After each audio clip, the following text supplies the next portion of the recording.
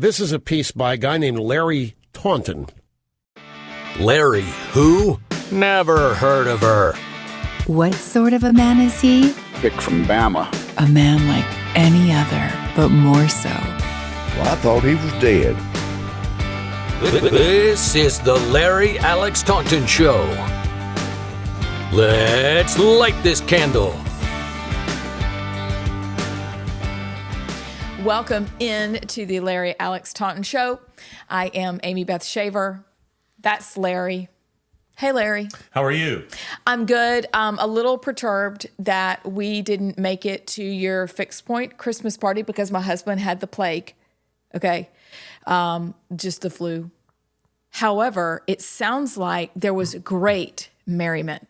There was, but before we get to that, you've been following your son, Will, who plays Yes. for the University of North Carolina basketball team. You followed him to Portland. Yes, we went to Portland. And We lived through it. yeah, well, first, before we get to the basketball, did you participate in any like burning of federal buildings or anything like that? I was triggered when we were going to the Starbucks in Courthouse Square. Yeah. I was triggered in the Target when there were tripped out people in front of us next to a young family, not my own. I'm not young anymore, with their little baby. And they were in the self-checkout line. And I was watching a guy just trip right in front of me. And I was like, this is a whole nother thing. You mean and like literally he is high as a kite. Okay. And he is tripping in front of us, body leaned forward, hunched over. And I'm thinking, all right, don't panic. No one in here is panicking. This is normal behavior for them. This is normal for the wonderful people of Portland. And let me say, Powell's Books was amazing. The food was fantastic. Fellowship was great. It has been cleaned up dramatically since 2 years ago when Wesley worked out in Medford, Oregon, and we drove to Seattle. That was a complete disaster. But it's still not good. Yeah. To walk past human beings curled up under porticos, living in tents decorated with trash. But this is normal to the people of Portland. Portland's overrated. You know, what's interesting is that Oregon is actually quite conservative. You know, yes. Most of it. And then you get to Portland. Yeah, you get into Eastern Oregon, Eastern Washington. They're both very conservative, but you get into Seattle, you get into Portland, it's crazy liberal. You know, I rode the Columbia River Basin. Did you really? On my bike. I did 5. Wow. I did 5 days before I was hit by a car. And that is before my big accident. I was out in Portland. We chose Portland to do not Portland. We chose Seattle to do a big debate. A debate I did with Michael Shermer in the downtown in the town hall. And of course, we knew that there's going to be all these snarling atheists, who were there. But that's why we chose it. I wanted to go into the belly of the beast. I wanted to have an audience that was full of atheists. In order to have the opportunity to proclaim the gospel in front of them. But then when that was done, I rode the Columbia River Basin and from into Portland and really enjoyed that. It was very, very beautiful. But it is beautiful. The smell of pot. And it wasn't as bad as 2 summers ago. No kidding. So we're driving from Medford 8 hours up to Seattle because, if you work there for the summer and you say, Mom, do you want to come in for the weekend? Let's do this. Yes, I'm going to say yes. Yeah. Because I'm proud of your moxie. Yeah. But we were driving there and the smell of pot just kind of hung like Pigpen's cloud over the car as we drove. And I'm like, how are you even breathing, Wesley? And she was like, not well. This is disgusting. But then there were times where you really caught strong whiffs of pot. I'm noticing. Oh my gosh. I'm noticing that it's, used to, it was very rare that I ever encountered that smell. You'd rent a car and you would You're smell like, oh, somebody was boxing. A strong smell, yeah. So what is it called? Hot boxing in here? Somebody was hot boxing in the car? Big time. But now it's, I was in Atlanta. I was at the airport recently, coming back from South America, or maybe I was going or both. But the strong smell of pot everywhere in that airport. Everywhere. You just couldn't escape it. It's gross. And now I'm starting to. I was in downtown Birmingham, and I was there at my son's office, and we were walking to get some coffee. And multiple times as we're walking along, you have the strong smell of pot. Pot has become the thing that just isn't. It's just not enforced. It's just not enforced at all. And even in states where it's not legal, like Alabama, it's not legal, but they're just like, don't worry about it. But anyway, out in Portland, did you buy any pot while you were out there? Also tempted. No, I don't. I would like to let you know that as much life experience as my husband has, it's only been 2 years ago with the proliferation of pot that he realized that is not skunk, that is pot. Is it a fair question for me to ask you if you've ever tried pot? It is, and I haven't. You haven't? I haven't. I don't like to be out of control, so I barely. What if we set up cameras in here and then we just let you puff away, and then we could do sort of a time lapse sort of thing to see, how you progressively degenerate, the kind of things that you say. It'd be,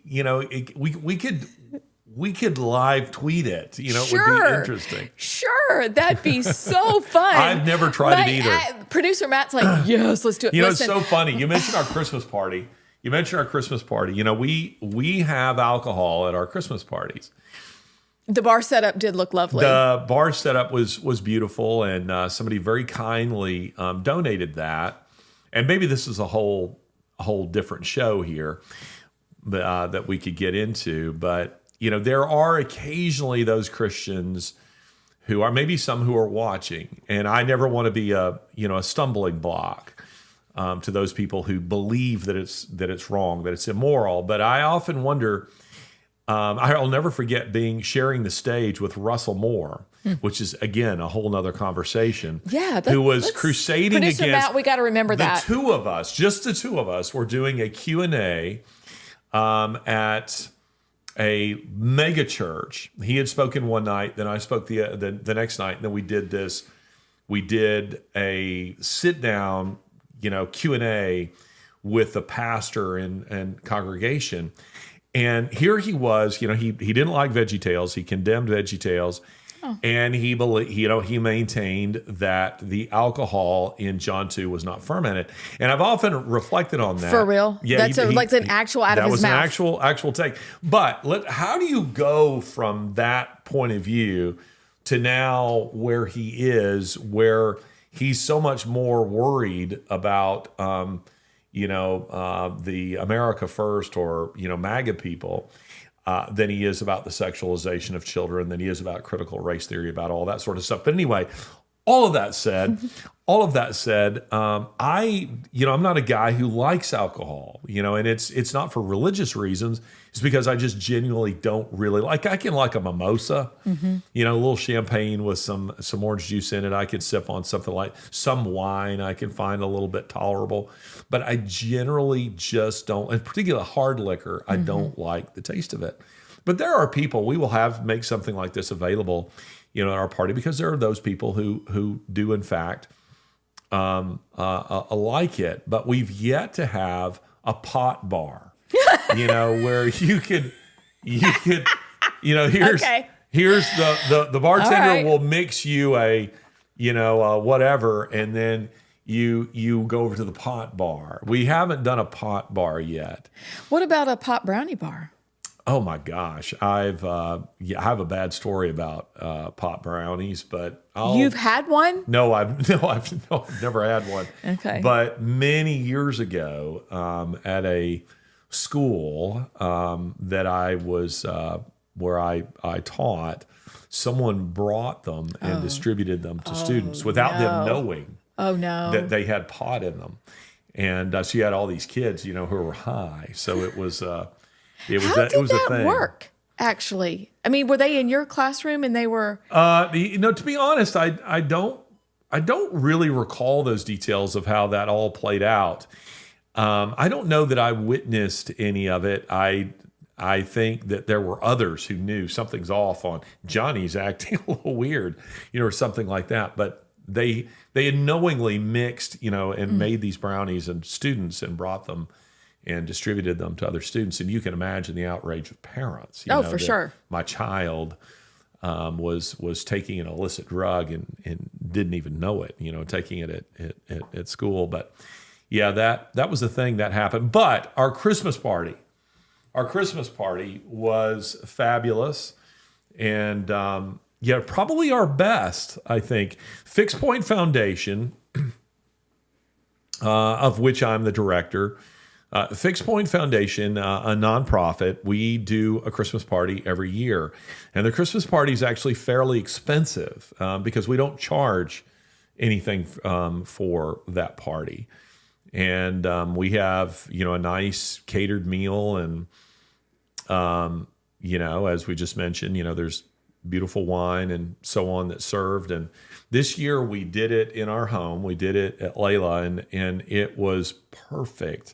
Because the weather we have had years where, let's say it was raining or it was really, really cold. A couple of years ago, I want to say it was like 38 degrees and it was that wet kind of cold. Makes you mad you're outside. It just goes through your bones. And our house at that time was not big enough to accommodate as many people. So we had all these huge tents set up outside with heaters in it. But because people are coming in and out, it maybe... instead of it being 38, let's say it's 45, in the tent. So it wasn't great.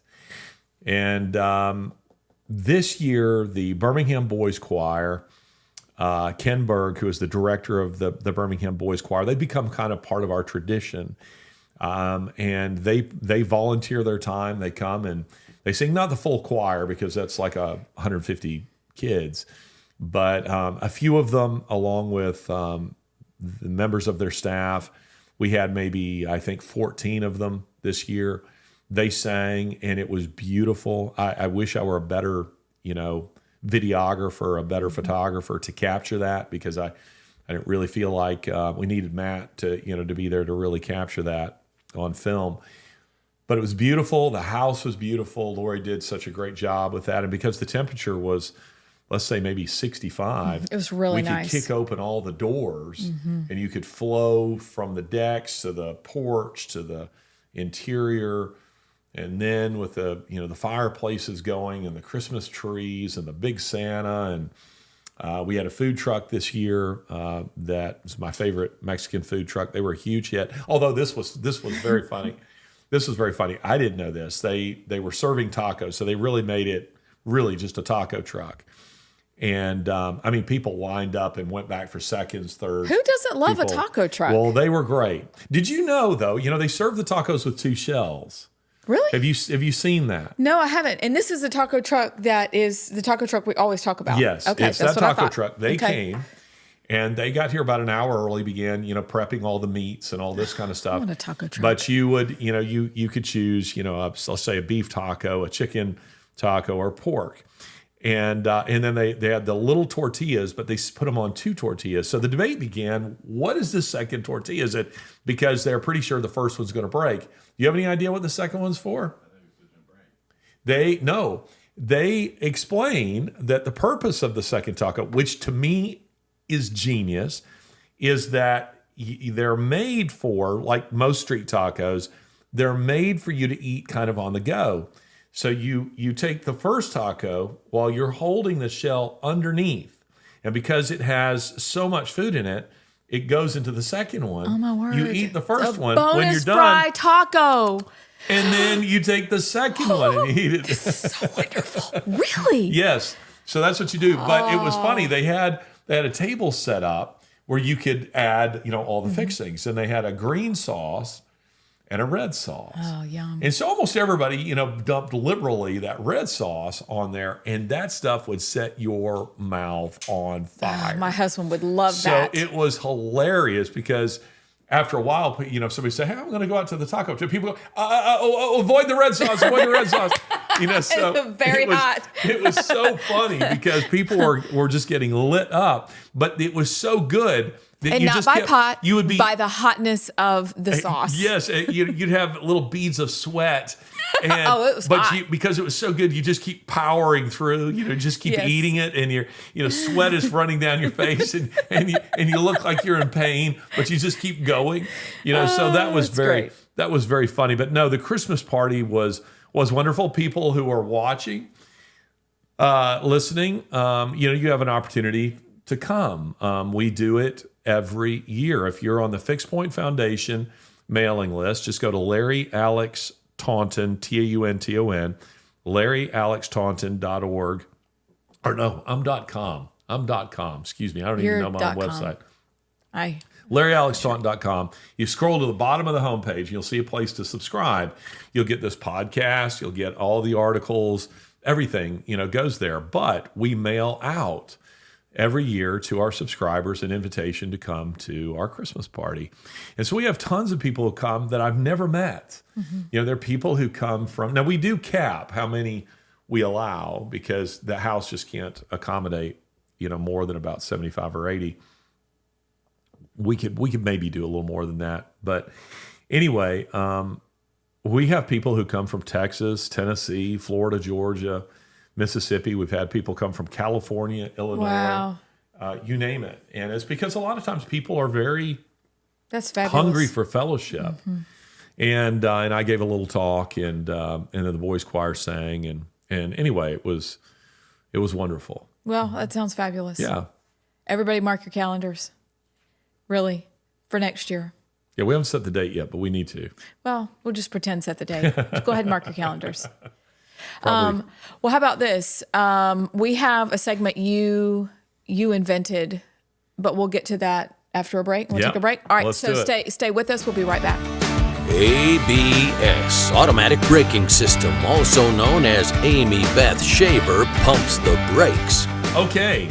Now we are back on the Larry Alex Taunton Show, and I'm Larry Alex Taunton, and the hostess for this show is Amy Beth Shaver. If somebody said on Twitter, you really just carry me through the whole show, and so we've built into the show a segment. That sounded like a laugh, like ha ha ha. Like of course you don't, but I didn't mean it like that. I didn't mean it like a condescending laugh. I meant it as a laugh because I thought it was very witty that someone said that. But you don't actually want to carry me because I'm a fairly big person. Yes, and you don't want to have to do that. But so that you can carry me through the next 5 minutes of this show, so I can sit back here and do something else. It's now time for the ABS moment. Amy Beth Shaver, or Automatic Braking System. That thing in the culture that makes you slam on the brakes. So what is it? This one is Christmassy. Okay. You don't like Christmas? No, I love Christmas. You're a Grinch. And no, I'm not a Grinch, but this relates to Christmas, and I feel deep shame over it. And I need to know if you are these people. Are you Christmas card people?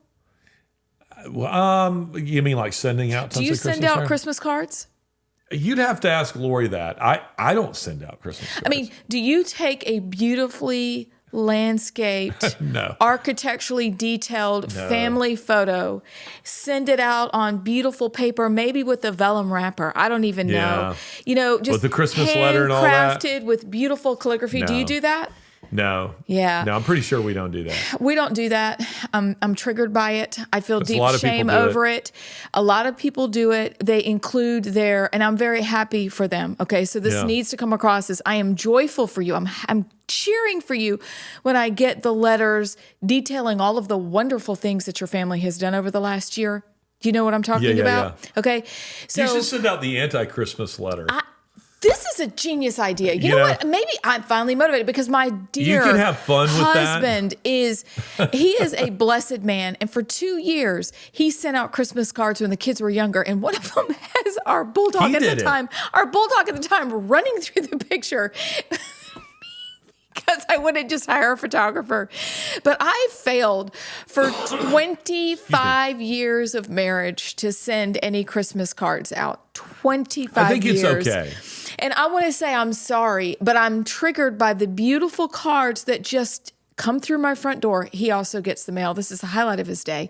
And he brings in the Christmas cards, and I think, I am a failure as a human being. And then the failure is compounded, layers of an onion, where I read the letters and I think, I can't. Now, he even used to make calendars for the family. He's amazing. Wow. He loves Christmas. And I love Christmas, but I haven't done that. And it's funny about the mail. I never get the mail. You don't? No, I only know if there's. I cannot think of the last time I opened a letter. Oh my gosh, he gets the mail. My kids, or wrote a check. But Lori gets the mail, and I only know. And I'm not exaggerating when I say this. I only know if there's anything in the mail for me or of interest if Lori puts it on my desk. Like, you'll want to see this. Yeah. But otherwise, I never do. Lori used to be a Christmas letter person where she'd write what all the kids are doing, and then there would be a picture, and not as ornate as what you're talking about, just something printed up on some kind of almost like construction paper, right? And would be sent out mostly to her family, like her extent. Lori's got lots and lots more family than I have, cousins and such, and anyway, I don't think we really do that much anymore. But there's a very funny episode of Everybody Loves Raymond where they're making fun of the Christmas letters they're getting. Yeah. And Marie is going like, because of course it's like Facebook. It puts everybody in their best light, and she will say something like, listen to so and so's letter here. It says that her children. Everybody knows he's in jail, and everybody knows that her daughter is a drug addict. It'd be pretty funny to make the anti-Christmas letter, and in a way that it was obvious to people that you were being funny. I could do that. I could do that. And you could say, Will is. Will went 0 for 4, from the line, in their latest, my daughter, she blew out her knees and, all these things laying around on the couch. And the animals under her care all died. And all the animals died. And that would be funny because I think almost everybody recognizes that often those letters, not always, but often those letters are, they're an airbrush picture of why. Yeah. And, very true. And sometimes they're sources of gossip because, people are talking about so-and-so's letter and, and all this kind of stuff and what's going on in their families and things of that nature. Yeah, this is an interesting ABS moment. I really want the Christmas cards to flow, and I love seeing them, and they have a special place in our home. I love them, but when they come through the door more and more, and of course by Christmas Day you may get 10 that day. Yeah, we have a ton on our refrigerator. Yeah, I love them. Or at least we did. I don't know if we do now. I, as a Southern woman, not just as a woman, but as a Southern woman. Even a dear friend said to me recently, you mean you didn't send out your family wedding picture from Emmy's wedding 2 years ago? You didn't just use that as a Christmas card? And I was like, no, not even when it was built in. I feel deep shame because of my inability to get it together. I feel pressure. I would say that as a man, there's very little that I feel pressure from other men about. I'd have to think about that. But I can't say that there's a peer pressure that I get from men that I'm expected to do X, Y, and Z. You might think of something and tell me I'm wrong, but I will say that a lot of women, I think they do live under a lot of that. So you feel peer pressure that you got to get that beautiful picture. Here's the deal. The deal is about beginning of November, I'll get a random, hey, what's y'all's address? I'm getting my Christmas list together. And that's when I'm like, oh yeah, I can't do this, but I know I'm going to get a beautiful Christmas card from them, and it's wonderful. I can't do it. I can't. I wonder if it's just Southern. I think it's a Southern thing. I don't know. I bet our fabulous audience would tweet at AB Shaver and let me know. I really want to know: am I alone in this, or is it Southern? Is it universal? Is this one of those things where you feel pressure in a different area, but this is mine because my husband is good at it, and I want him to be Women of a certain proud. social class of which you are a part do feel a pressure to do certain things. They're in order to keep up appearances. You have to. I failed. You have to do X. No appearance kept up here. Yeah, my house is clean. You need to be a part of X. My kids are fed, and my husband's happy. That's about all I can do. Well, that's plenty. That's all I can do. That's plenty. And you carry me. You know what? I try because I have 2 very tall men, actually 3, counting my son who trumps everyone. So thank you for that. In addition to keeping them all happy, you carry me through the show I'm just every saying, week. I do my best. I do my best. We but go. I really do want to know from people, because please send me your Christmas cards. I'm happy for you to do that. I'm glad you're that responsible. I'm not. But maybe I will next year start the anti-Christmas letter, because once you get to 50, like Mary Catherine Gallagher on Saturday Night Live, I can kick, and maybe I can do it that way. So thank you for that. You know what made me think of the anti-Christmas card, because That's I was hysterical. already thinking about it, because Lori had us pose for a Christmas photo. Of course she did. And because she's wonderful. And at some point, everyone is getting up and moving, because nobody wants to do this. So everyone is moving, and she showed me the picture of everyone in the picture moving or going, or whatever. And I told Lori, that's the picture that should go out. It's the picture. The picture is hilarious, Yeah, because I enjoy it's the that. moment that everybody thinks the picture's done, and they're like, Yeah. This is why I love and your I wife. thought this would be funny. She's awesome. Well, thank you for obliging me absolutely. with that ABS moment. There are very many serious ABS moments I we'll want to take have. the pressure off of you. So thank you. Thank you so much. I feel better. And now, if you'll stick with us, we have some very interesting conversations ahead, because we're going to talk about, well, I'm not even going to say what it is, but there's some weird encounters that you've been noticing that I think is a fascinating conversation. We will talk about the Twitter files, and then your excellent article that I couldn't help. Could we chuckle with you at it? Because some of the parts. So that you, I was fairly sarcastic. Look, this show is about making you feel better about yourself. Yeah, and now absolutely. that I've just done that, number two on top of it, stick with us, because not only will you feel better about your life after we get through the Twitter files and the top 10 evilest people, but you'll just go, wow, this was worth sticking around for. So don't go anywhere. If you're driving, just, hit the stop button. And then when you get back in your car, it'll start back up again, and we'll be right with you. So don't go anywhere. We'll be right back. This is the Larry Alex Taunton Show. Larry is my favorite player. Welcome back. So pre-show, you brought up a topic that I find absolutely fascinating. It's something you've noticed lately. What is it? Yeah, it has to do with dialogue with people that don't agree with you in the broader culture. Now, I've certainly seen this a lot on social media, but I'm experiencing it more and more in face-to-face interactions with individuals.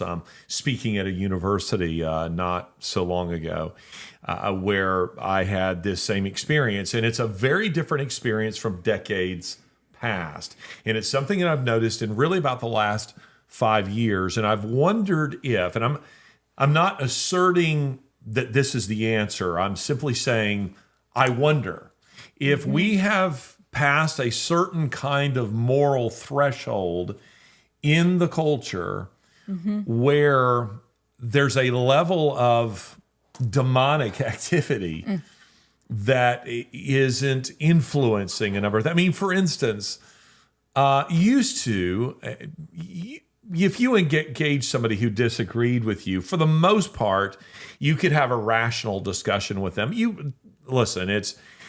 They're always irrational people. There's always unreasonable people, and that doesn't matter if you're talking baseball or, your favorite restaurants or your political candidates or religion. But these days, it's much more common that at a very basic level, and the example I was using with you in our illustrious break room was that... Which, by the way, with a silver coffee service? Yeah, wasn't that great? That was pretty great. Nice? Yeah. Wasn't that a very nice touch? But where the conversation goes something like this, I accuse you of let's say, I told you not to bring biscuits. I wanted donuts. And you say, but Larry, if you'll turn around and look, you'll see that I brought donuts. And I refuse to look and continue to accuse you of bringing biscuits. And you keep saying to me, but if you will actually just turn and look.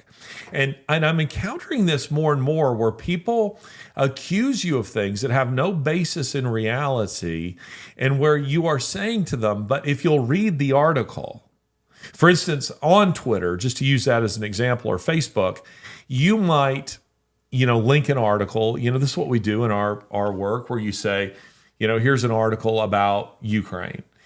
And then somebody, is the next thing I know, they're telling me that I'm a Putin supporter. But they acknowledge they've not read the article. I'm just a Putin supporter. And why am I a Putin supporter? Because they have identified that I'm a conservative. So that must mean I'm a Putin supporter. And you're saying, but if you read the article, you'll see that I'm anything but a Putin supporter.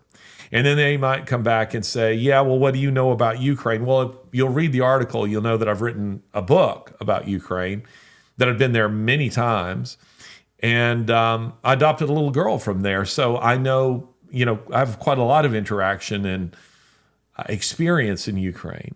But I refuse to read the article. So I'm seeing this more and more. And I think I want to say to people that I think a mistake that a lot of Christians make is that they will pursue an individual who doesn't agree with them, wasting all kinds of time with them. Don't bother. Don't bother. Our Lord said, dust off your sandals and move on. If you're not received, move on.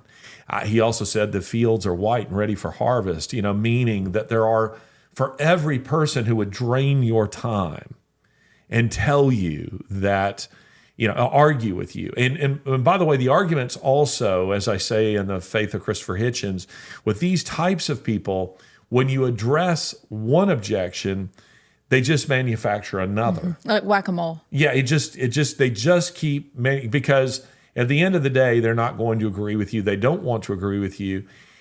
And they're not going to agree with you, on the color of an orange. They're just not going to do that. But these days, it takes on a more extreme expression.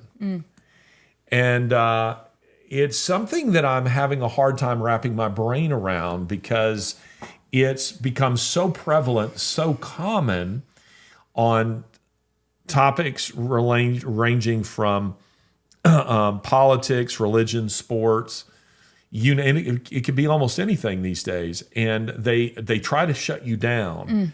I'm not going to engage with you, and I'm going to do my best to shut you down. And you see the left, what they're accustomed to doing until Elon Musk took over Twitter, is they're so used to being able to, on a tweet, you can, there's those little ellipses on the top right. You can click on those. It'll say report tweet. And it used to, they could push that and get your tweet removed or you banned or suspended or something like that. Right now, for how long this will be the case, I don't know. They have less opportunity to do that. But they're used to being able to shut you down rather than, I don't know that I've ever reported a tweet unless I saw something that I thought was potentially illegal. In other words, if somebody, is saying things that I thought were fascist or racist or, really evil, my thought was, well, you're evil, but you have the right to say these things. I don't agree with you. But that's not how they think. They think that I shouldn't have to hear you. You shouldn't be allowed to say what you want to say. And if I don't like what you're saying, then I should have the right to prevent you from saying it at all. So I think this is not a product of personality so much anymore. I think this is a spiritual thing that we're seeing. And I would guess, I'd be interested in hearing from viewers, from listeners on this topic, but I think this is a real thing. Do you see this? Do you know what I'm talking about? I know exactly what you're talking sense? about. It makes perfect sense. And I think it's also transferable even into interpersonal relationships, just off the social media, whatever the topic is. And I think something that stuck out to me as I'm listening to you talk about this is also as believers to pray for wisdom to know when you can walk away from that conversation. Because I think so often people want to convince somebody of their argument or of their idea that it has worth and merit. Yeah. And in Christ, we already have worth and merit. So you don't have to convince somebody. Yeah. Just put it out there. And if they don't accept it, like you said very well, don't waste your time. Yeah. But there is blindness, and it is an obstinate blindness. And I think it's how you know that's a good way to put it. A spiritual blindness, because you just think it's what is it? And the New Testament talks about a veil that's gone over their eyes that they cannot see, they don't understand. And it's a little frightening because you think, have we gotten this far? Not only do you see the progression of people not knowing how to think logically through an issue, not only do they want to not think, they don't want to be bothered to think. Yeah, and so they're not even going to turn around to see that what you're saying is true. Absolutely, because they have already determined that they're going to disagree with you no matter what. Yes. And let's just take Robert Epstein, for example, who we had on the show discussing how Google rigs elections. Now, Robert Epstein, to quote him, he says, "I haven't a conservative bone in my body. Voted for the Clintons, voted for Joe Biden." I really like talking with Robert because he's not a Christian. He's a guy that I engage. We can go back and forth and text conversations, phone conversations, where we're disagreeing, but every now and then, I can feel Bob going, Larry's just punched a hole in my argument, and I have to accept that that's true. I can feel the same thing where I'm going, he just made a really good point, and I'm wrong. I was wrong about what I said. And it's been useful to me because that's iron sharpening iron. Yes. I really value those conversations, those relationships. Those now almost don't exist. And so you're dealing with individuals, and they almost all seem to be possessed of the spirit of accusation. Yes. They're going to just accuse and accuse and accuse. And as I say, when I was speaking at a university not too long ago, the attempt was to shut me down. Rather than listen and go, well, during the Q&A, I'm going to expose his arguments as false. Right. It was, I'm going to try to prevent you from speaking. Yes. A Yes. faculty member standing up and saying, this lecture is over. You're not allowed to say, you know what I'd said? I'd said that abortion was evil. I'd said that abortion was evil. And he went apoplectic. And I was, I'm used to this kind of thing. I'm like, well, no, you're not going to shut me down like that. That's not going to happen. But if I'm wrong in something I'm saying, I'm prepared for you. I often take the view that Luther took, at the Diet of Worms, here I stand, I can do no other. Meaning this is what I've written, this is what I say. If I'm wrong, demonstrate it to me by sound scriptural reasoning or sound argument. Luther would end a number of his articles, by saying that if I'm wrong, I'm prepared to accept that I'm wrong if you can demonstrate that I'm wrong. But of course, they always just came back with accusations. Yes. They just called him names, and he would say, "Well, that's not actually a sound argument." So my opinion hasn't changed as a result of that. But I just want to point this out because I'm sure that people are listening or watching who have experienced this. And I would say, I think there's something very spiritual that is going on here. It is like a veil that has come over them that they can't see, won't see, refuse to see, and where they just feel the need to shut you down. And I would say, don't bother with people like that. Just move on. Yeah. And on social media, I have friends who are, who are public figures in this space as I am, and they just block them. They just block them. Yeah, I think that's wise. Yeah. I really do. I think probably 10 years ago, I would have thought, no, let's keep the conversation going. No, you don't have to do that. Spend time with people that you can engage with. Yeah. Because I think we worship at the altar of being right instead of having the humility to say, I was wrong. Yep. Instruct me. Hard thing to I'd say. like to learn. It's so hard to say you're wrong. But there's no sin in being Tom Brady, wrong. I was wrong in saying you were overrated. I apologize. So, I think that's a fantastic conversation, but I think they're probably nodding their head right now because a lot of people are noticing the same thing, which is a perfect segue. Well, let me say this very quickly. yes. I'm sorry. I meant to mention this. If you have not read Dostoevsky, he's never been more relevant than he is right now. And Fyodor Dostoevsky, the great Russian novelist, arguably the greatest novelist of all time, along with Tolstoy. And Dostoevsky, I'm mindful of this conversation. I'm mindful of this book because of this. I had this experience recently with someone, and I was thinking about this book because Dostoevsky was himself an atheist and a socialist. He would say that they're just opposite sides of the same coin. They're the same thing. He's the one who taught me that. And Dostoevsky, because he was one of them, I say was because Dostoevsky, in addition to being dead, Dostoevsky converted to Christianity. Mm-hmm. And when he did, he devoted himself to the demolition of those twin philosophies, atheism and socialism. He attacked them in a big way, but he wrote this book, which is called, this is one translation, it's probably the less popular translated title, Demons, but the more common translation is The Possessed. Okay. And he likened advocates of atheism and socialism to people who were demon possessed, because he was saying you couldn't reason with them. You couldn't rationalize with them at all. They were about shutting you down. They're dogmatic. They are ideologues. They think ideas matter more than people, and they're extremely dangerous because of this. And anyway, I was thinking about this because of, I just had this experience, and I was thinking about the spiritual aspect of this, and I thought, I know who I'm going to go lean on in this because he's more knowledgeable of this.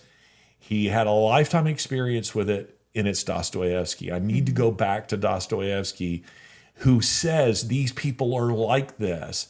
There's a spiritual battle going on, and they become, and see, part of the debate over the title, by the way, is one translator says that that Dostoevsky means the possessing agent, the demons.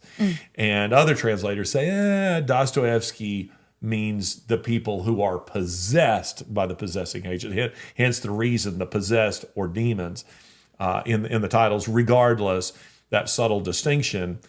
Dostoevsky's point was these people are like this. They take on a fairly common characteristic that you begin seeing in them all. And I thought, that's what I'm seeing. Almost all of these conversations are the same. Mm-hmm. It's not one. It's people who don't even know each other behaving the same way. Yeah, that's eerie. And where you're going, this feels to me like there's some kind of demonic activity. And then there'll be people who listen to this and go, oh, you're a crackpot. Listen, I believe the devil is, like C.S. Lewis, like many of the great thinkers of all time, the spiritual realm I take to be very real. And whether you believe in the devil or not, I promise you he believes in you. And you're on a collision course to meet him if you're not careful. So I take this very seriously. But anyway, you can now move on from that. But I did want to mention that book. I didn't write this book, by the way. I wish I did, really? But I didn't write this book. I'm going to buy that book. I must warn you, though, it is fairly thick. We should do a... it's good Christmas holidays reading. It's a good Christmas. If you're not already in a book club and somebody wants to encourage me along, I'm going to read I'm literally ordering it this afternoon. Well, I'm going to read it. I am. All right, which is kind of the perfect segue. 714 pages. Well, that is that all? No big deal. And I'm sure you could probably read it in Russian if you wanted to, but you're not gonna, because you're not gonna show off that much. Okay, so here's the segue. Because this is a perfect conversation on the social media, the blindness that we're seeing. Do you know when it comes to the Twitter and Elon Musk releasing the Twitter files, or Matt Taibbi, I have some interesting statistics. All right. Are you ready for this? I can't wait to hear them. Okay. Network, and this is a tweet from, I don't know if I can say the guy's name, but it's hilarious. Do you follow Cat Turd? He's hilarious. Yes. Okay. No, I don't. But I end up seeing it anyway because it gets tweeted so much. So great by stuff. People that I am following, so I end up seeing great stuff. Yeah. All right. So do you know how much network news coverage of new information on the Hunter Biden laptop story has been out there on ABC, CBS, and NBC? How much time have they spent this week covering it? I'm going to guess that it's extremely low. I'll say 5 minutes. You ready for this? Okay. Each news outlet, 0 seconds. No kidding. All three, 0. This is from December 4th is when I did a screen grab. 0. Wow. That is it. But what do you make of all of the Twitter files? Well, to make our audience aware, just in case you don't know what we're talking about here, Elon Musk, of course, purchased Twitter for, I think, $44 billion. And he promised that he was going to make a lot of changes. He was going to restore free speech on the platform. And the guy has been doing it. Now, I want to be clear that my hope is not in Elon Musk. Elon Musk is not a Christian. In fact, he is an atheist. And that makes me somewhat nervous because he adheres in a very broad sense to a Judeo-Christian worldview. He clearly loves America.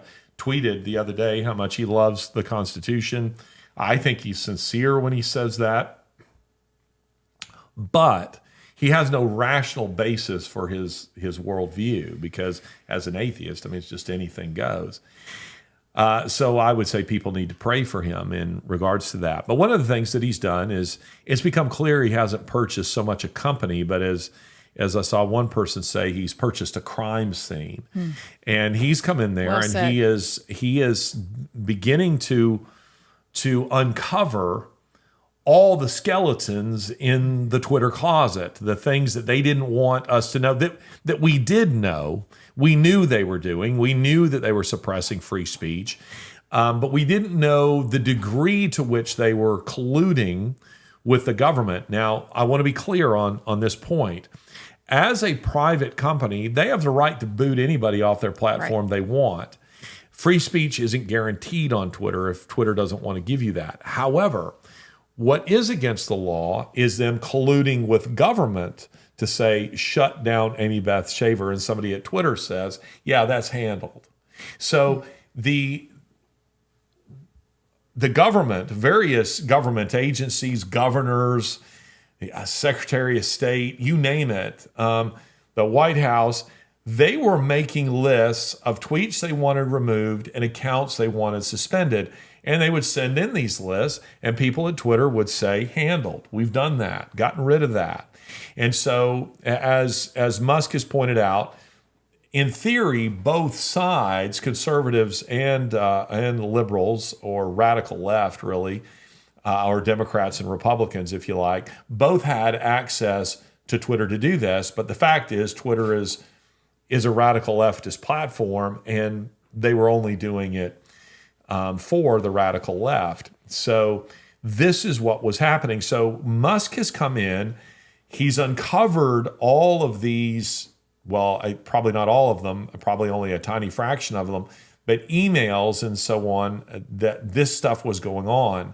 Now, to me, I'm kind of thinking, how in the world, and maybe Matt off air can explain this to us, but I don't understand, if you're Twitter and Musk is coming in and you've had months to prepare for this, why don't you burn those servers to the ground? I mean, how is it that Musk is able to come in and find this stuff, which to me is a little odd? I would think they would have carefully, removed fingerprints of all of their criminal activity. Bit anyone? Yeah, so you would think they would have gone through and done that. But okay, be that as it may, it doesn't appear that they did, at least not with all of it. So Musk began releasing what has become known as the Twitter files, and he did this by tweeting it out. He had one of the people there at Twitter begin dropping this. I think it was on Friday night of last week, dropping these in a series of tweets.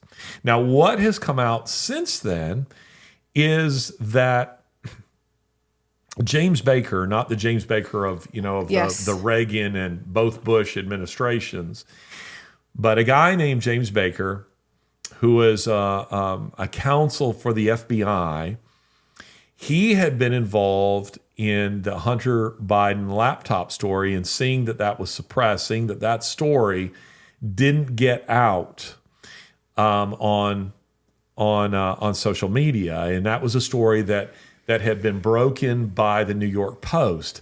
The New York Post had put out the story that Hunter Biden's laptop, which he had taken into a store to have repaired, the guy who's working on it discovers all of this criminal activity on this laptop. He hands it over to members of government, and it eventually ends up with the New York Post.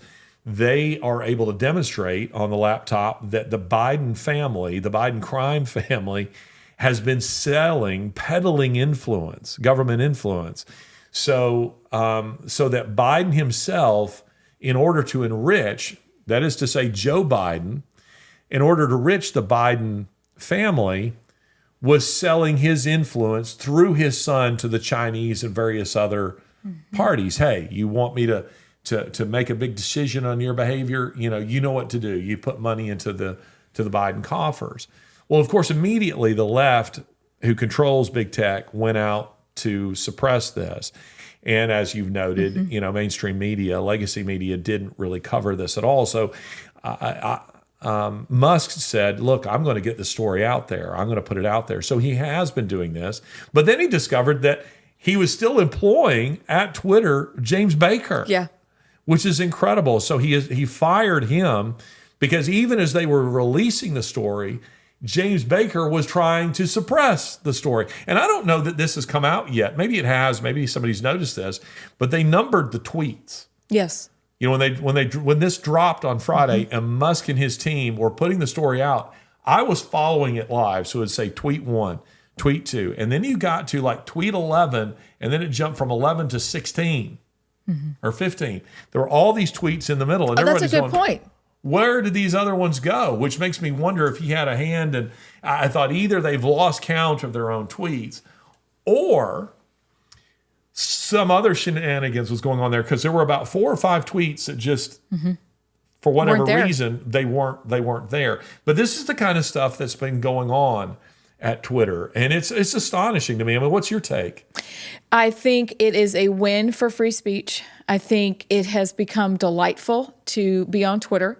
I think that it is amazing that, like you said, the thing that really is like a bright, shining, lit up sign is the arrogance of the people who ran Twitter before, that they wouldn't even bother to cover their tracks. Yeah. I think they secretly, even though Musk walked in with the kitchen sink the first day he was there, I think they still thought he's one of us.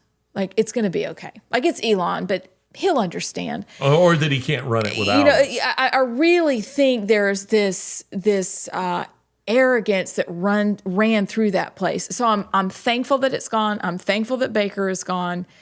I will be interested to see, did they go back and put those 4 tweets in or 5 tweets in? I hadn't seen them. I haven't seen them. Now, maybe. Do you know anything about this? Have you heard about those he knows additional so many tweets? Things. He's we may techie. go to break and find out what he knows on this. But I haven't seen that. But yeah, this is a very real thing. And I want to say something else. We'll go to break.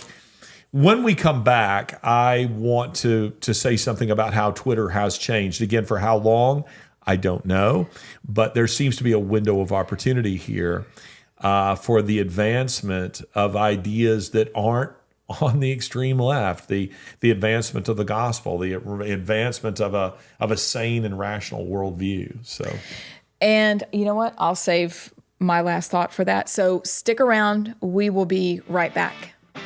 The opinions expressed here do not reflect those of Democrats, atheists, Muslim radicals, environmentalists, globalists, socialists, the United Nations, the World Economic Forum, soccer fans, or men who eat quiche.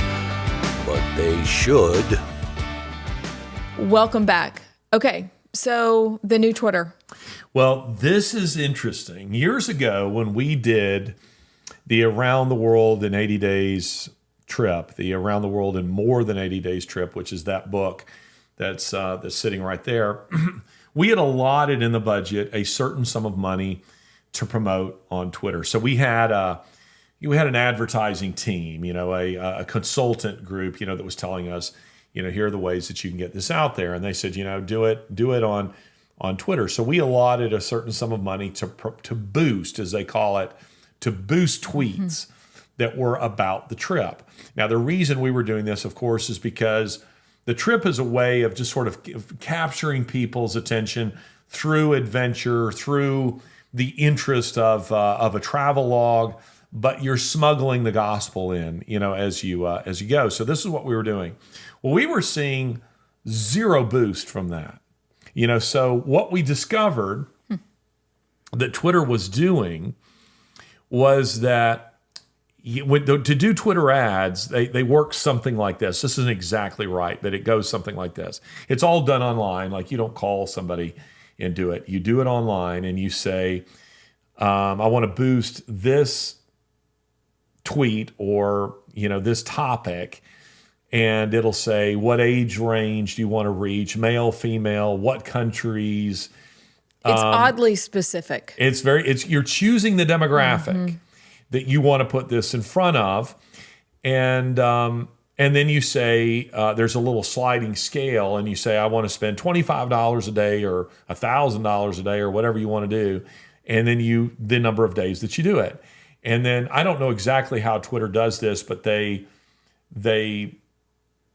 put that ad into people's streams that fit that demographic for the length of time that you say you want to do it. They don't do it for everybody because, that would cost you big money. But, if you're doing let's say $25 a day, they maybe put it in front of an additional 1,000 people a day or something like that. So what we noticed was we were getting zero boost from this.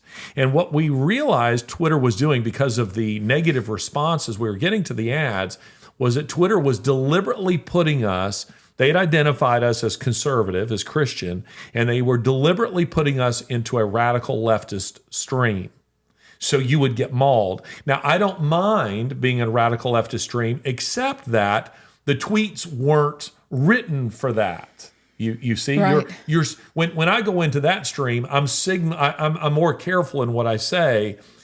I'm not immediately signaling that I'm a conservative or I'm a Christian in order to to try to get them in to listen to what you have to say.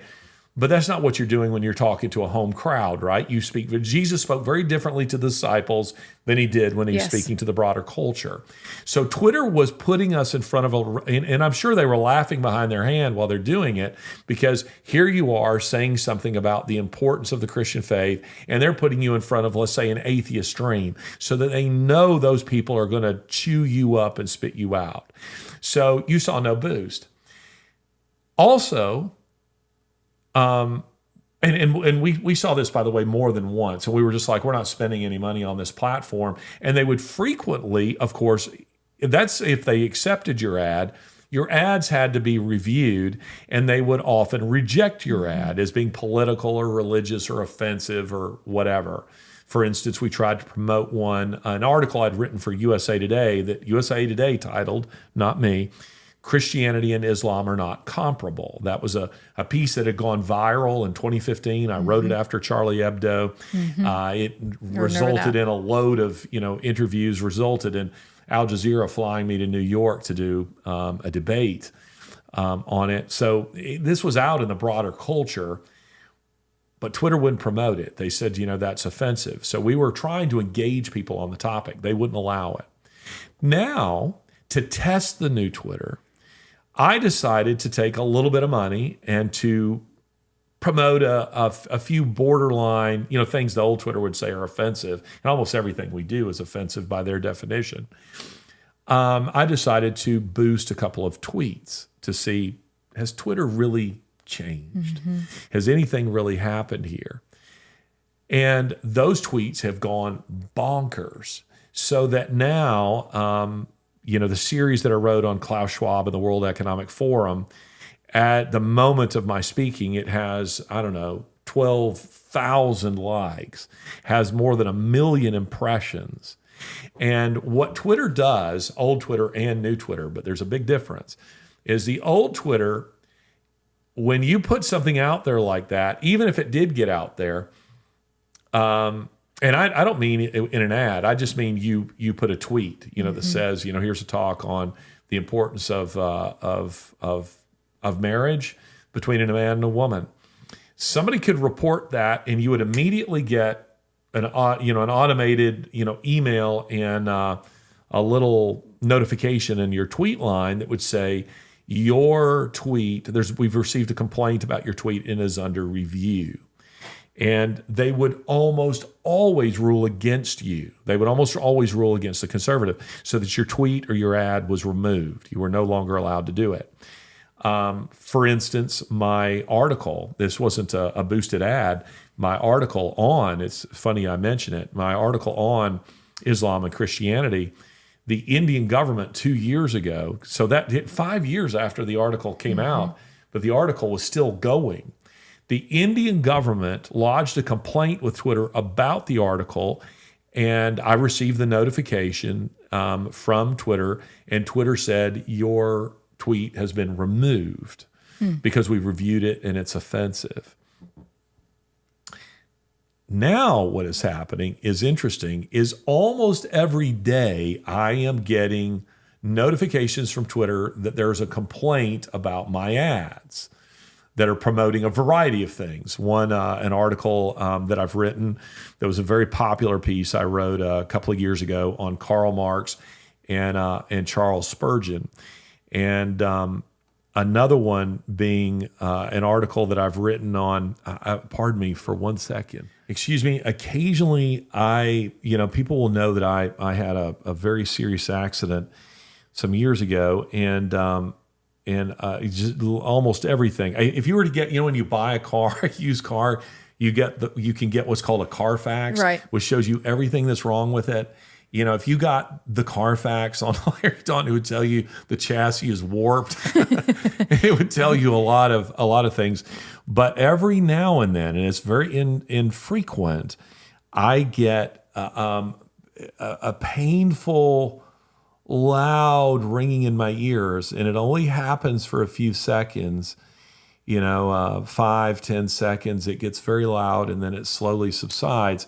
And just in the middle of that discussion there, that happened to me right there. It's a very rare thing to happen, only just a few times a year, but it happened there. So I do apologize for that. Matt will have to edit that out because I'm not going to restate all of that. But anyway, now people can complain about your ads just as they could before, except that almost in every instance now, Twitter will send me a notification, your ad, your tweet is under review, and then maybe an hour or two, sometimes maybe as long as maybe 6 or 8 hours later, they will say, we've reviewed your podcast or we've reviewed your tweet. You're good to go.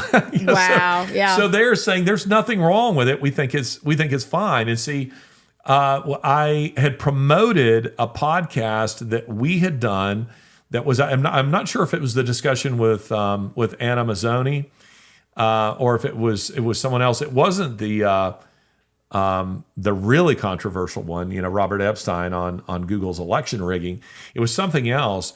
And so that one was the one that was down the longest, because I'm going to guess they didn't just have to review the verbiage, but they had to actually listen to something, and they came back and said, you're fine. You're good to go. Wow. And so they let it go. So that has been fascinating to observe the difference in Twitter before and now, because now you're seeing that your followings are growing, your message is getting out, and so that people understand why this is important. The Romans built a network of roads throughout the empire. And they did, not really so much to facilitate commerce, they did it so that they could move their legions very rapidly from one end of the empire to the other to suppress rebellions or conquest or whatever the case may be. And some of those roads are still in use. It was a remarkable Eisenhower interstate system, of the ancient world. Right.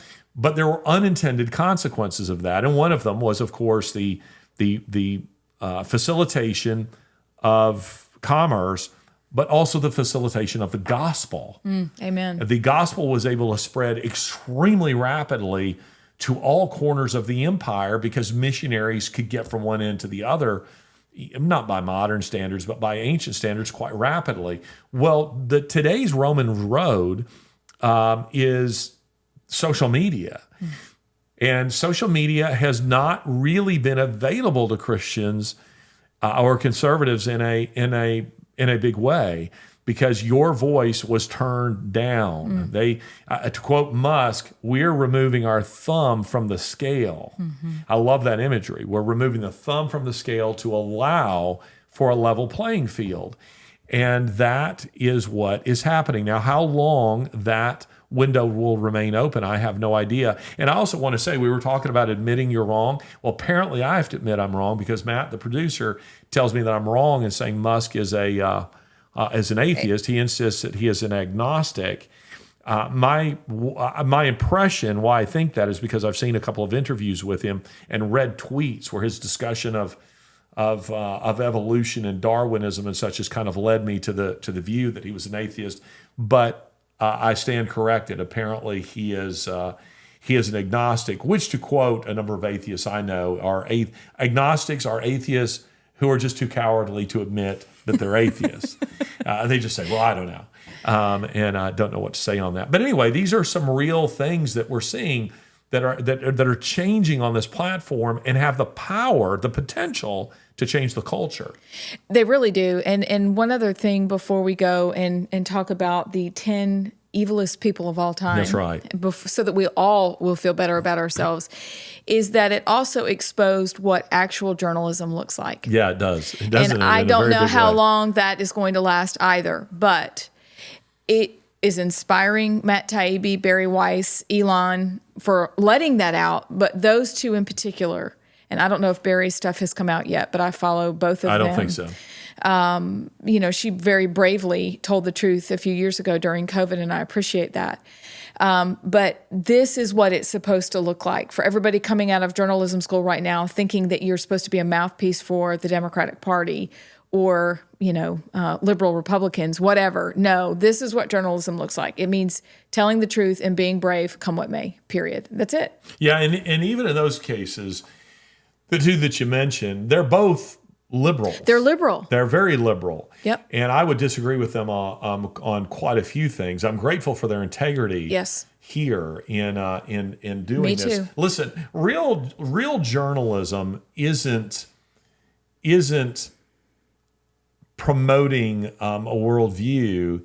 It's just simply reporting. It's telling the truth about a given thing. And see, what you're seeing many journalists do these days is they begin with a conclusion. A conclusion should be the conclusion. Right. And it's determined by your evidence, but that's not what they do. They begin with a conclusion, and then they work backward from the conclusion and discard all evidence that contradicts the conclusion. So that it's like saying, well, I'm going to take the view that George Washington was a cross-dresser, and that's my conclusion. And I'm going to find every scurrilous thing that I could find that was ever said about George Washington, and I'm going to use that when the overwhelming evidence suggests he wasn't a cross-dresser. Right. But that's the way we see these things being done these days, and it's upsetting. And that's a good discussion to lead us into the evilest people of all time. All time. Of all time. Okay, so Producer Matt, I'm looking at you. Would you like for us to take a break or yes? Okay, so we'll take a break. And then I cannot wait to talk about this list. Okay, I love top 10 list. This is a good one. So don't go anywhere. We'll be right back. This is the Larry Alex Taunton Show. All right, welcome back. The top 10 evilest list of all time, or AKA feel better about yourself. Okay, so number 10 is the world's worst. Before you answer this, I want people to think who they think this would be. The world's worst political dynasty. Well, let's first set this up just a bit. Okay. Pardon me for just a second. No, it's fine. You know what, by the way, some of the biggest pushback I got on this article, I published this in the American Spectator. This is the biscuits that you brought today. They're coming back. Biscuits are delicious. It's titled the evilest people of all time. And there's so many people are saying it should be most evil, not evilest. But evilest it's a little antiquated, but it's actually it's a real word. But it's correct. Yeah. And anyway, but you would think that people would be more, engaged in the list, but people love to correct you. I There know are always that. those people who I love to got correct you. you. And it's really annoying in any circumstance, but it's especially annoying when they're wrong. But yes, political dynasty, I put it number 10, the three Kims. The Kims who have dominated Korea for, well over half a century. We're now moving, towards, 75 years. And the Kims, in terms of body count, when you're talking about a list like this, how do you determine who the evilest people are of all time? Well, of course, it's a very subjective list. There are a lot of wonderful candidates that you could put on this list. But you have to narrow it to 10. And I'm also trying to educate people just a little bit by not choosing necessarily the people that immediately come, to someone's mind. And are you doing it strictly in terms of body count? Well, no, because then it would have to be in modern times. It would all have to be in modern times because the machinery for killing, millions of people exist now and it didn't exist before. So my list is a little bit of a mix. And it also includes a few people who killed no one. They were individuals whose influence was incredibly pernicious. So yes, at number 10, I list the three Kims because the Kims have been great persecutors of freedom, of a free people, of Christians, the heinous things that they have done there. There's been no liberalizing in North Korea. The dishonesty, the hatred of humanity, the naked expression of power, the internment camps, the torturing of Christians, things that I won't even say here that have been done to Christians in that country. And then, of course, initiating the Korean War, which killed millions of people. So, yes, I have the three Kims, grandfather, son, and grandson. We're now down to Kim Jong-un as the most evil political dynasty of all time. So, yes, I put them in. They come in at number 10 on the list. All right, number 9. And I won't. You have to tell me because I don't have a list in front of me. I know you don't have the list. And let me say this right here. 2 things. Let me back up. I will let people download this article for themselves. So I'm not going to give all of them away. I would like to say, though, that number 1 you want to stick around for because that was really good. Okay, anyway. I don't even know how to say his name. Ivan Grozny. Who's Ivan? Ivan Grozny. Grozny is usually translated as the Terrible. Ivan the Terrible is the way he's known in the West. He was an incredibly evil individual. And, his reign is interesting. He was born in 1530. He died in 1584. He reigned from 1533, so from the time that he was a 3-year-old. But he really took power in 1547. So his reign is kind of divided between 1533, 47 to 60 and 1684. And it's because, in his early reign, it's a period of minority. He has a regent. Other people are ruling on his behalf. He takes power and becomes czar, declares himself czar of all the Russias in 1547.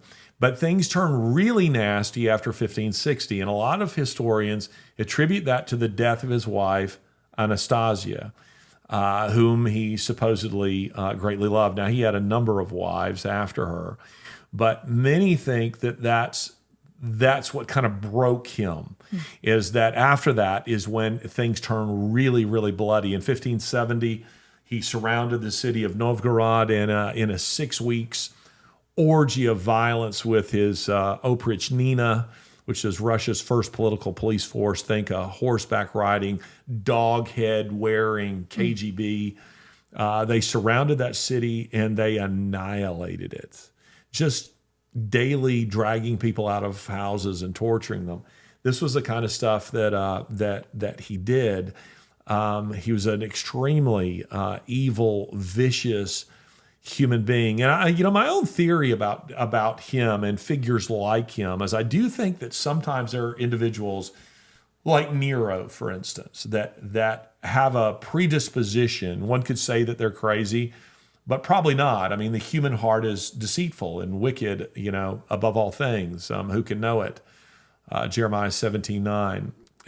We have it in us to do incredibly wicked things. And as the maxim goes, power corrupts, and absolute power corrupts absolutely.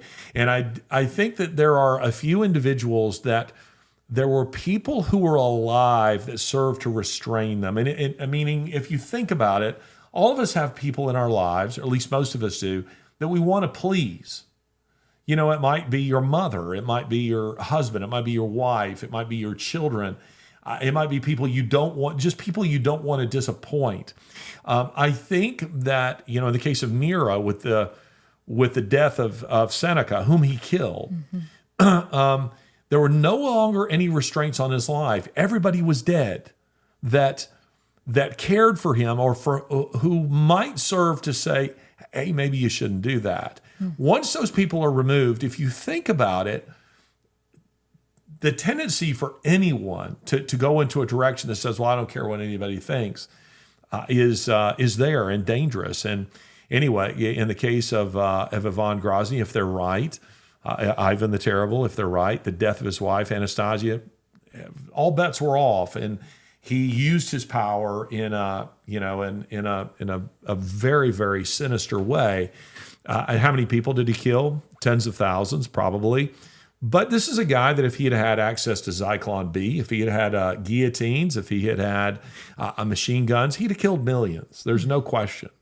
He just didn't have the modern means to do it. Yeah. Okay. Wow. Moving along here. You should already be feeling better about yourself. There's that. How about number 5? Do you remember who you put as number 5? I don't remember who I have as number 5. How about the first 2 guesses don't count? How about Stalin? Okay, Joseph Stalin. Some people would think he deserves to be at number 1 on our list, but that's just because they don't know, how many more evil people there are in life. Yes, Joseph Stalin died March 53, shaking his fist, said witnesses, at the heavens. Joseph Stalin, incredibly evil man who hated everybody. I mean, everybody. And Stalin, his family, his children, his wife, the God that he rejected, his parents, almost everyone in his inner circle, you name it. He hated them all, and he was suspicious of them all. Killed, according to Robert Conquest of the Hoover Institute, killed as many as 30 million people in what has been called the Great Terror. So, yes, Joseph Stalin, incredibly wicked individual. Okay, how about this? Because there's so much going on with this country right now. Number 4, rightly so, Mao. Chairman Mao has somehow managed to escape the label he deserves in history, meaning most of the time when people think of the most evil individual, they go Hitler. It's always Hitler. It's always Hitler.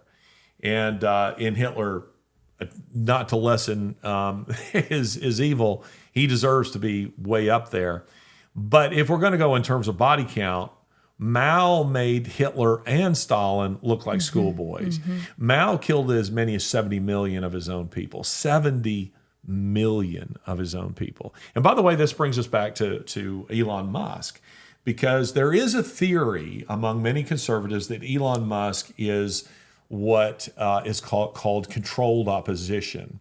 Controlled opposition being the idea that Musk is pretending to be a friend to conservatives in order to out conservatives so that they might be readily identified and when the time comes, rounded up. And that's because Mao did something similar. Mao, on more than one occasion, appeared to be losing powers, appeared to be weakening, and there were voices that appeared to be opposition against Mao. And all of a sudden, those who are Mao's opponents began to rear their head and rally to the cause of this other individual, only for it to be revealed that that individual is working on behalf of Mao, that the whole thing was a national setup in order to out who his opponents really were and cut off all their heads, which is what they did. I don't buy the Elon Musk is controlled opposition argument, because in the United States, I don't think people are underground with their political views. I mean, in China, they were under Mao for good reason. And hence, people only came out and outed themselves when they thought it was safe to do so, when they thought that Mao was losing power. In the United States, we're not in that circumstance. So people are spouting their views all over social media, all day, every day. So I don't buy into that theory. But anyway, Chairman Mao is unquestionably one of the most evil individuals of all time. Guys, almost all these people, by the way, I don't like to say this, but in this case I will. I'm pretty sure they're all in hell. I'm not going to say sure. anything. I'm just, yes, I would suggest to you I that. don't know of any deathbed conversions in the case Didn't of these hear of individuals. anything. All right, 2 questions. Number 1 is, I'm going to hold on number 3 because 100% was very, very glad that you included this person on the list.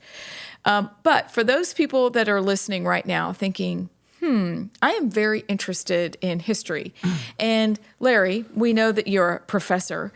Do you have great books on history that you recommend if somebody says, I'm looking for a primer or I'm looking for something, maybe, to give somebody?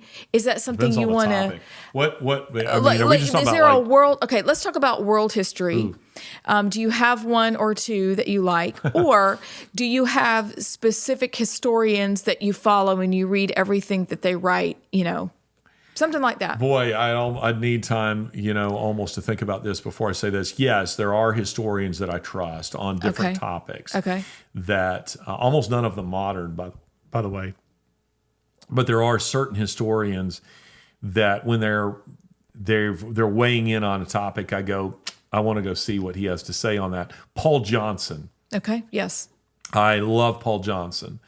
Paul Johnson, I believe, is still alive. He's in his 90s, and Paul Johnson is he's written very readable books on topics ranging from the history of Christianity to a little monograph on Winston Churchill.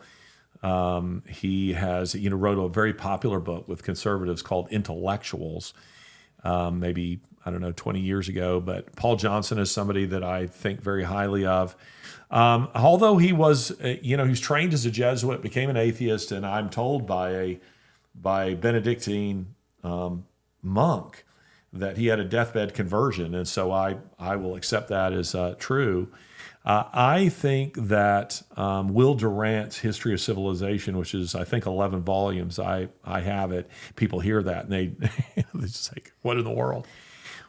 Will Durant wrote beautifully. I can remember, here's a line from Durant on Richard the Lionhearted. Richard galloped through the last decade of the 12th century with such daring and bravado that his fellow poets, for he was a poet, ranked him with Arthur, Alexander, and Charlemagne. And I think, bravo, that is beautifully written. That's a beautiful turn of phrase. And Durant's opinions are such that he's not cloaked in what he thinks. In other words, you're free to disagree with him. And I like that about him because Durant will pronounce very strongly on a topic, and you may go, I agree with that. No, I don't agree with that, but I'm enjoying him. He is a pleasure to read because he wrote beautifully. William Manchester. I think his book on the Middle Ages is horrible. He was out of his depth on that. But his The Last Lion series, which my good friend Paul Reed wrote the 3rd volume of, is excellent. Barbara Tuchman on World War I, terrific little book. 1964, The Guns of August. Robert Massey, who sadly the world has lost. Rhodes Scholar. I think a very judicious historian on Russian history in particular is good. His book on World War I called Dreadnought is not his best work, but it's but it's good. And so these are all individuals that I would point to, but there are many others that are much more academic. But when I'm looking for, so let's say I'm going to read something on history of England, I'm going to look for George Macaulay Trevelyan. I'm going to look for George Babington Macaulay. I'm going to look for certain historians that I can trust that guy. He's good. Russian historians, Orlando Figes, who wrote a book called The Russian Tragedy. He's a Cambridge historian. It's superb. And yeah, it depends on what field of history that you're talking about, but those are ones that immediately come to my mind. Thank you for More that. than you wanted. I would, no, it's not. I would have been remiss because often if I'm in my car listening to something and, someone like you has a vast fund of knowledge. Churchill. Churchill's history of the English-speaking peoples, which I just have sitting up here because I love them. And I think I have the other 2 volumes sitting around here somewhere. There they are. Yeah. Those volumes are fabulous. And again, beautiful turn of phrase. Isn't that inspiring? Yeah, well, because they took the language seriously. Yeah. And I, as a writer, not all writers do. I take every word seriously. I take the polishing of what I write seriously. I take the turn of phrase here. For instance, in the history of the English-speaking peoples, he's talking about the wrath of the British people against traitors. And he says that, and it's just an image that sticks with you. He says, a people have the right to exact their vengeance on their own who have warmed their hands at the hearth of the enemy. What it's just beautifully written. It's just a joy to read. And Churchill's fun to read. Now, I will say Churchill had an advantage that almost nobody has. He had Oxford students and professional historians, teams of them, that would gather in his home, Chartwell, and they would work. Churchill was very famous for, have these long dinner discussions with friends. T.E. Lawrence or somebody like that would come over. Lawrence of Arabia would come and, hang out, and then he would put his guests to bed, and then he would go and spend the evening lecturing and writing. And all these people were there prepared to receive dictation as he is, they're writing down these histories, but then they could polish it, check it for accuracy, all these kinds of things. And Churchill's name goes on the book. And I want to be clear, Churchill received a Nobel Prize for literature for a reason. He was, in his own right, he was a great writer. Again, beautiful turn of phrase in his autobiography. He says, I wasn't deemed intelligent enough to be taught Greek. I was taught English, the mother tongue, which seeped into the marrow of my bones. It's wonderful stuff. But Churchill was a great writer, but he also had teams of historians who could polish his writing or say, Mr. Churchill, that actually is, that thesis has been rejected. We now go with this. But Churchill said very famously, history will treat me kindly, for I shall write it. Well, going from that brilliant person and those wonderful resources, historians, thank you for that. That was a little diversion, but that was very selfish of me. I don't know if we're getting his stuff people like or not. But no, anyway, go ahead. I think that there are people, just wait, that'll say, I would like to know that, and I don't know. And they don't have access. And so here we go. There are books for you to read, people to check out. Now, we're only going to go to number 3 because I want people to download the article and read it because it's excellent, A. But B, it's very interesting. The last 2 that you have in your list and the others that we skipped, I did for a reason because I want people to see it for themselves and engage with that because it's interesting. And I agree with you. Got to the end and I was like, yes, that was, no one else would, I don't know if anybody else would have put that, and yet it is extraordinarily impactful. So I'll leave it there. Number 3 affects my life, and that's not meaning to be selfish, but it affects so many people's lives, and that's Margaret Sanger. Yeah. Well, what do you have to say about Margaret Sanger? I have to say that Margaret thought that we were human weeds. Black people in particular. Black people in particular were human weeds. She said privately, we can't let people know that we want to exterminate the black race. And we can't let people know that we will hire black pastors to tell people that this is what we want them to do. And so, excuse me, now it's me that's going to cough. I'm not going to cough. She destroyed single-handedly. Generations, 63 million at last count, human lives, placing her clinics. She's in Mao territory. In low-income areas on purpose. And it's often been said that I've heard people say, well, that's not really what Margaret said. Well, I've read what she's written. Yeah, I've read her books. I've read I've evil. read the private letter. An evil woman. Yep. And I was thankful you included her on the list. Margaret Sanger definitely deserves to be on this list, and yet her statue is among the many honored in the Smithsonian. Yeah. In the Smithsonian. I was thinking there for a second where it was, but yes, it is in the Smithsonian. Margaret Sanger was an incredibly evil individual, and I have nothing to add to what you just said. So here's what we'll do. For the men and women who are enjoying the content, who are enjoying your website, who enjoy reading your books, which if you do not have any Christmas ideas, here are some ideas right here. Numero uno, dos, and tres right there.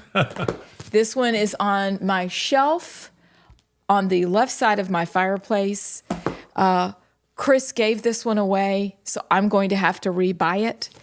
And if you want to read The Faith of Christopher Hitchens, he did not ask me to do these. I'm doing them for myself because they're outstanding books and they're great presents. But the real big ask today is if you appreciate the content, if you appreciate Fixed Point Foundation and what Larry is doing, I would ask you to consider giving a year-end donation by December 31st at 11:59 p.m., actually, because that would be worth your time so that this can continue.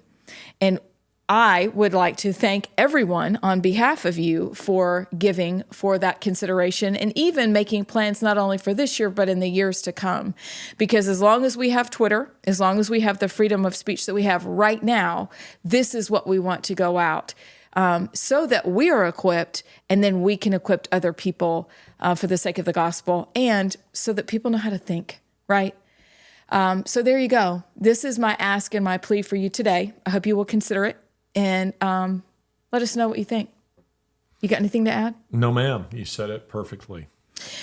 We hope that you have enjoyed this episode of the Larry Alex Taunton Show. We are very grateful that you are tuning in. We thank you for downloading each and every episode. Go check out the article, The Top 10 Evilest, that's an actual word, people of all time, and let me know what you think about number one. Let Larry know what you think about who he listed as number one. Engage with that. It's very, very interesting. And then guess what? We'll see you next time. Turn out the lights. The party's over. They say that all. Ladies and gentlemen, we are grateful for the standing ovation, but there will be no encore for today's performance. Please exit the building in an orderly fashion. Thank you. Honey, can we leave now?